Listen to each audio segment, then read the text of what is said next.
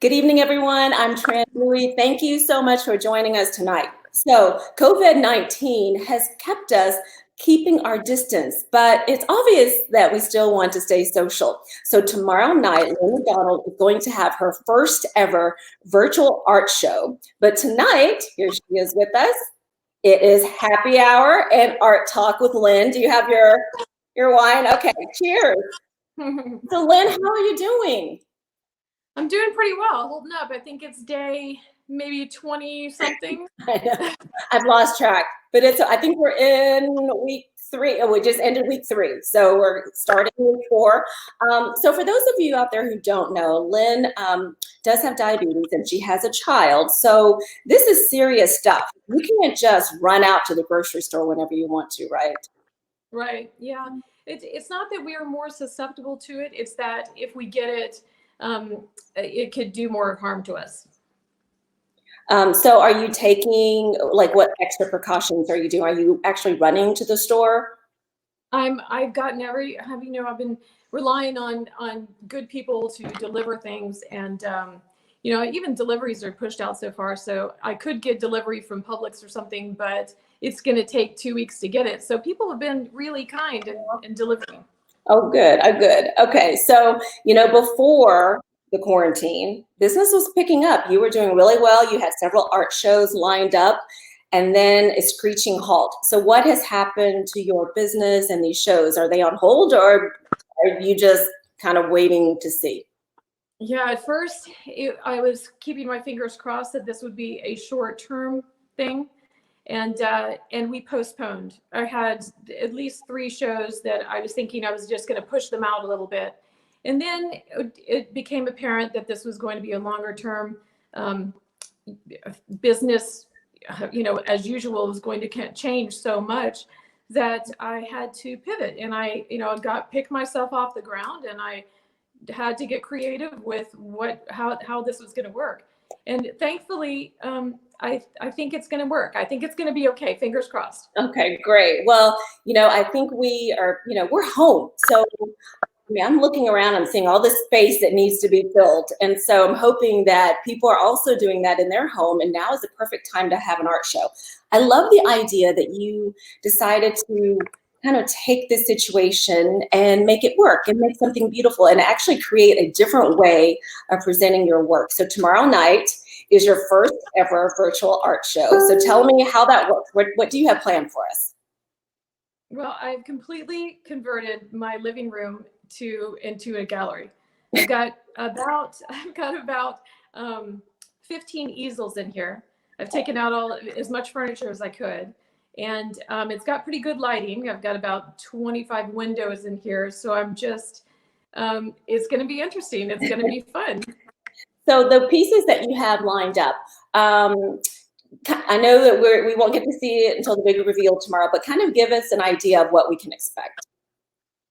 Well, I've got a few pieces that you have seen possibly at Lean Rosette, and a few new pieces. I'm in a place where I was really working hard to get rid of inventory. So I've got my studio right here. So it's been a blessing and a curse at the same time. But I'm really excited to show you some of the things I've done and have the time to be able to tell you exactly how I did it. Because oftentimes it shows I don't have enough time to really connect with people and answer their questions entirely. Right. So now it can be a little bit more planned and thoughtful. Awesome. And so people can also comment and ask questions during this live show as well, yes, right? Absolutely. Okay. And then, so if they wanted to purchase it, how does that work? Easy. Just DM me, and you can either purchase one of the pieces that I have, or we can talk about something. If you're looking at a blank wall and you don't know where to start, I can definitely help with deciding the size and dimensions and the palette. And I've done that, or I can work with the decorator. I've worked with designers as well. We'll just have a conversation and see which direction to go. And then you will deliver, or is it pickup? How does that work? Well, I think that's a conversation that we need to have. I have one to deliver right now, and I think I'm okay with that. If it's just going to be a handoff, I'm going to be okay with that. But it really is, if somebody wants to spend the money on shipping and handling, I'm fine with that too. Okay. All right. So that is tomorrow. We're going to get to that later. So let's backtrack and talk about how you got started. What I love about your story, Lynne, is that you didn't go to school for this. It was not even planned. I don't even know if this was even on your radar. And then here you turned it into a career. How did that start? You know, it's really funny because when I was in kindergarten, my kindergarten teacher went to my mom and said, Lynn's got some artistic ability. And my mother instantly put my brother and sister in art classes and not me. And I don't know what she was thinking, but I never really, I wasn't one of those doodlers. I wasn't drawing and painting all the time. I think I've always been creative and thought outside the box. I think I just used it in other ways. Okay. And so I got into startup companies and marketing and go-to market strategies, and really was thinking in terms strategically. So when I had my child and I was living in Montreal and I was rediscovering this part of me, I just had a calling. And initially I just did one painting and I thought that was it, quit while you're ahead. And then it just kept calling me. So I just kept doing it. I just kept saying yes. That was my mantra, just keep going. And then you decide just to leave this job behind. Yep. Yep. Well, we're glad that you did. So if the universe is calling you in one direction and the other is not working, it's good to just go with the flow. And that's kind of what I'm doing during this pandemic too. Just go with it, you know? Go with it. And speaking of go with it, the way that you create art is called pouring. And I think it's very interesting because you can find people doing it, you know, on YouTube and I mean, it looks like you're just taking a can of paint and pouring it over a canvas. And, you know, we might sit here and say, oh, you know, I can do that. I can try to do that, but I'm not creating what you're creating. So talk about that process of what made you choose that way of creating art, and then what exactly does it entail? I really like, so what drew me in that direction was I really like when things are happening organically and chemically. And I was so intrigued and curious about that. I wanted to see what this did and see what that did. And I'm still doing that. It's kind of evolved into much more of a texture thing. So in the beginning, a lot of my pieces were very glossy and flat. And I found that if I use a different chemical, it creates these crevices and textures too. So I really like that. I think that you can go on YouTube and learn how to do a pour. There's things called dirty pour, and I highly recommend going and checking out because it's a lot of fun. But you will not end up with the kind of pieces that I do because that's not really what I do. I definitely pour and I use it flat. And that was born from, you know, necessity. I wanted to create something, but I didn't really know how to do the brush strokes because I wasn't ever trained. So I am getting more into that, and I'm loving learning about all of these things, but it just may take me a little bit longer to get there because I'm learning it on my own. Well, whatever you're doing is working. So we do have some comments coming in. A lot of people saying hi to Lisa, Rusty, Kristen, Tammy says your work is beautiful. Hi from Quabi as well. So Kim has a question. This is a good one. What are the color trends for art in 2020?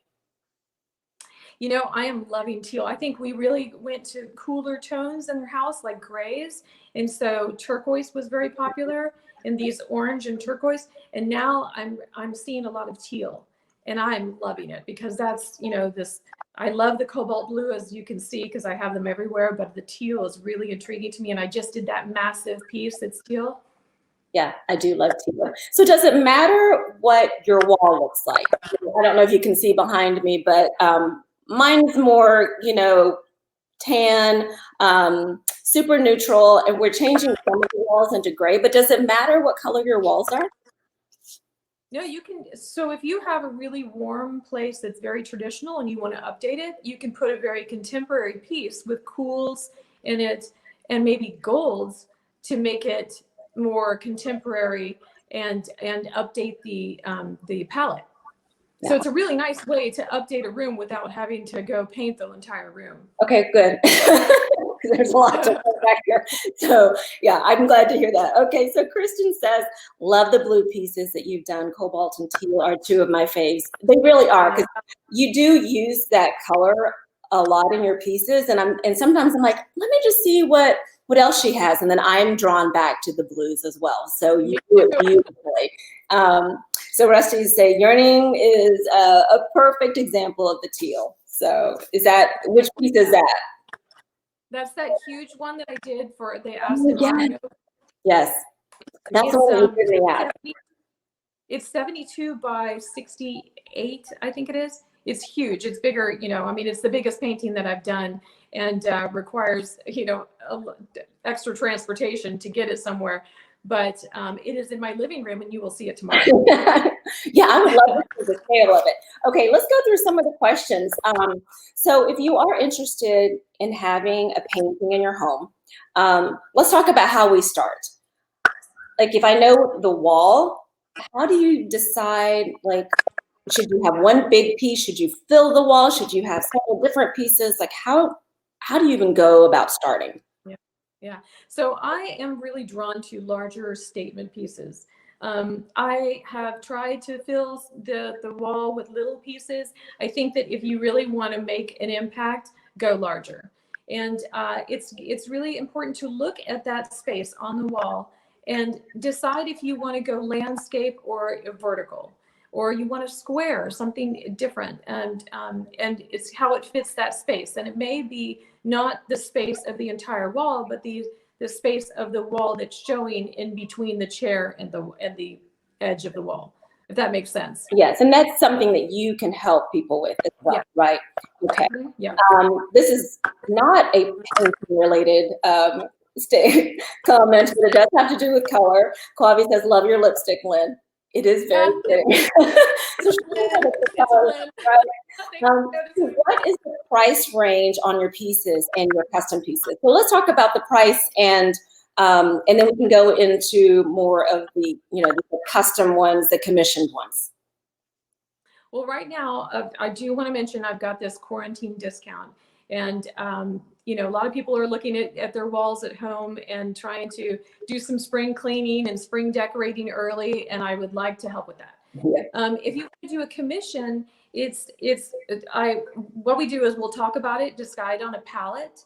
And I'm not going to I'm not the person to do flowers and horses, something like that, something traditional.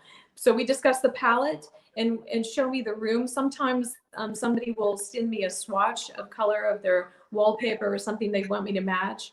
And then we'll decide on the size, which will also dictate the price. And then I get half up front and then half upon completion. So the price range, let's talk about the price range for the quarantine, since that's what we are focusing on for tomorrow, that show. So where are you starting with the price range? So if you've seen my prices at Lynne Rosette or in the Ritz residences, they were so my sizes ranging, the sizes that you've seen online a lot are maybe 24 by 36 up to 68 by 72. So it's usually around 1,500 to okay. So with the discounts, it's usually around 1,500 to maybe 5,000, something like that, depending on what exactly you want. And so the prices that I've got at home right now are that I don't have to pay a commission to anybody else. So that's really the best time to get it. Things that when I'm going into a gallery or someplace else, I'm just going to be completely forthright with you that I have to pay a commission to them. So this is a good opportunity. Yeah, and this is yours. They can take it home. That's it. Yeah. So another question. Oh, this is another good one. We do virtual consults. I love that. Yes, I have a lot of pieces. I have some international pieces. I have one in Curacao. I have several pieces in California, some in Canada, and it's always been that way. I will get pictures or if they need to send swatches, tell me what they're looking at. It's entirely up to the individual on how much help they want. I would want a lot of help. So you tell me what to do. So Tammy's asking, do you go into people's homes to help them with the client's choices, or do you just have them send you a picture? Oh, send you a picture or video. You said you've done both, right? Usually I would go into their home. I have done that. Okay. But right now, of course, can't. So we'll do the virtual and we'll do pictures. Yeah. Can you do any other colors? How about a touch of glitter? I have. Matter of fact, I've done some glitter. It's not really glitter, but it's these tiny little spheres that hit the light a certain way. That it's kind of like a sparkle, but the way that it sits on the paint is a little bit different. So I have done some of that. I think that's kind of a trend right now. So if that's something you want, I can add it, especially to the start. Oh yes, and we kind of need some glitter right now with everything that's going on. So Christian says, I have one with gold in it. It is amazing. I'm sure that it is. And then that's Kristen. And then Rusty is sharing some examples of your work on the website. Awesome. So you can look through that. So Lisa is saying kind of like a foil. Is that what you're talking about? Kind of like a foil. Were you talking about a foil with you said the that shimmering material? Yeah, it's well, they're little tiny spheres. They're beads. It's kind of like the same reflector that you see on the roads. So it's very reflecting. I do love the foil. I do love working with gold in that way, gold foil in that way too. Yeah, I do like on my texture pieces. I do like the foil. Iduna just joined us saying hello. Thank you for joining us. Okay, so let's go into, do you offer prints? I know you have the paintings in large different sizes, but if we wanted to have prints, is that something you offer as well? So I love to do prints. That's the only thing that I can't do a print of, or I can do a print of it, but metallics don't print. So you can't do a G-clay with metallics. And I use the metallics in a lot of my stuff. You can print it. It'll come up as a flat, like a color, like a tannish yellow. It's not horrible. Okay. I don't think I've ever seen your prints. I'll have to look. Okay, so how about, this is like another decorating question, but how would you help us hang a painting? Like we get into our home and then I'm just at a loss. That is a great question. It is one of my kind of, I won't go as far as saying irritations, but it is one of the things that people do make mistakes on. So what you want to do is find the middle of the painting. And if you're going to hold it, if you're going to do it horizontally, find that middle place and measure that, and then go 57 inches from the floor up to that spot. And that's where you want the middle of your painting to be. So 57 inches up to the middle of the painting. Okay. So it's the eye line. Okay. And then is that something that you would do as well when you deliver the painting? Would you hang it? I usually go and hang the painting. I love to do that. I love to see it in its space and take pictures of it. Right now, I just can't, unless they want to wait for a couple of months to get it, and then I can do it. Well, the comments are coming in. Lisa says, love your work. Lisa Washington said that. Iduna said, I love the painting, the background. So you actually have two paintings behind you, right? Are you able to show us a little bit, or we're going to knock it over? I think that it's a little dangerous, but I'm going to try. Okay. So this is one that I will show tomorrow. Okay. Beautiful. Love the gold. So this one's a high gloss. It's got some forest green and a little bit of blue in it. To me, it looks like rolling mountains. Mm-hmm. So but everybody sees something different in it. So the gold, is that the little foil that you were talking about, or is that something completely different? No, I don't usually do the foils on these, but the way that the metallic paint sits on top will break up a little bit differently because it's a little more. So like this blue is an ink, and it just shows up differently and more fluid, and then the gold is a more a denser material, so it ends up sitting on the top and kind of dissipating. It's very interesting. Yeah, I love it. And then this one. Ooh, I love that one. So this one has a lot of texture and gloss in it. It's got a little bit of teal down at the bottom, but it's kind of a surprise. So you've got this stormy looking thing here, and then this a little bit of matte in with the gloss. So I'll be able to use my camera to show you a little bit better tomorrow. Yeah. Closer. Yes, I love when I come close and you can actually see the layers and the texture. So Flavia's asking, do you have someone you can recommend who will hang the paintings for you, or you normally like to do it yourself, or do you just consult someone to do it on their own? Well, since it's entirely up to you if you want to stay quarantined or not, if you want to do it during this time, and I can walk you through it. But if you want to wait, I can do it. Or if you want to hire a handyman to do it, I'll tell him the dimensions to do it. So you don't have someone that you recommend? No, I think the most important thing to hang in a painting also is the lighting. You don't want to have a spotlight that shows up in just one spot. And I think that's something to discuss as well and plan for. And your inspiration when you're doing the paintings, are you finding right now with this time that you're more inspired, less inspired, and go in spurts? That's a great question. Right now, creativity comes from a place for me when I'm feeling excited and overjoyed, or really feeling like open to the universe, because I feel like inspiration comes from the universe. So I'm open to it. And when you feel like crawling under the bed in a fetal position, you don't feel like painting. So it took me a couple of weeks to adjust and find my groove again. And luckily I got a commission, which forced me to. Thank you, Hugo. And so I'm kind of finding my place. Well, I'm so glad that you're doing this. I love the art tour tomorrow. So with these paintings, how often do you, when you finish them, you're like, oh, I want to keep it for myself? Or do you still find that you still love your work and that sometimes you just want to let go of it? We have a horrible connection right now. Oh, no. I know. Say that again. Okay. So how often do you keep or want to keep your work once it's done? So how often do I want, how much do I want to keep it when it's done? Yes. Do you still fall in love with your paintings and you just don't want to let it go? Oh, yes.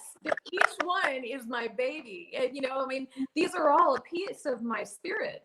It's hard to describe it because it's a creation of yours. And so, you want to find a good home for it. You want to have somebody purchase it that really loves it too and will take care of it. Well, so there are a couple pieces. There's 2 pieces that I don't think I'll ever sell. Oh, I have to see which ones they are. Okay, we're going to try to go for one more question. I know that we're breaking up. I think, the internet world is jammed. So Donna is asking, is your work acrylic-based or mixed media or oils? It's acrylic and then with some chemicals in there. So I'll add some things to make it flat and dissipate more, or stay chunkier or glossier or more matte. I'm always throwing something in there. Okay. So always a surprise. Okay. We're going to have to ask another question. All these questions are coming in. Aduna is asking, any suggestions on what novices can do at home, like what type of paint or canvas, because she has 4 girls and she would love to try it out with the kids. That's great. Yeah, so I would go to YouTube and look up a dirty pour.